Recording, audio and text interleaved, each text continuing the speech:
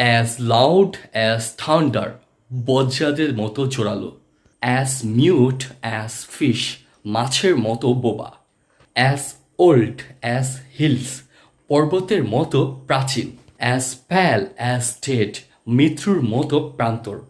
As playful as kitten, বিড়াল ছানার মতো কিরামতি। অ্যাজ কুইক অ্যাজ থট, চিন্তার মতো গতিশীল। অ্যাজ রেড অ্যাজ রোজ, গোলাপের মতো লাল। অ্যাজ রাউন্ড অ্যাজ বল, বলের মতো গোল। অ্যাজ শার্প অ্যাজ রেজর, ফুলের মতো ধারালো।